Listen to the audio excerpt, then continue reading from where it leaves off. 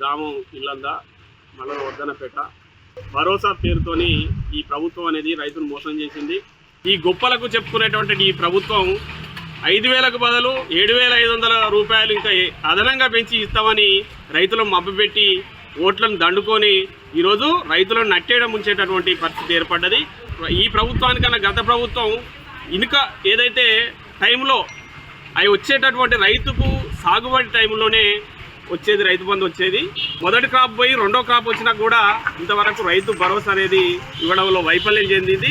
ఈ విధంగా ఉంటే రైతు పూర్తి స్థాయిలో ఈ ప్రభుత్వంపై వ్యతిరేకత తీసుకొచ్చి పూర్తి స్థాయిలో దీనికి గుణపడడం చెప్పాల్సిన అవసరం ఉంటుంది. వర్ధనపేట మండలం ఇంద్రాయణ గ్రామం. నా పేరు ప్రవీణ్ రెడ్డి. రైతు భరోసా వస్తలేదు. మాకు రైతు బంధు మీద ఎకరానికి కేసీఆర్ ఇప్పుడు 5,000 ఇచ్చేది. ఈయన రేవంత్ రెడ్డి వచ్చిన కాంచెలు 7,500 ఇస్తా అన్నాడు, ఇవ్వలేదు. ఇంకా మాకు కొన్ని రుణమాఫీ కదా కొన్ని కాలేదు.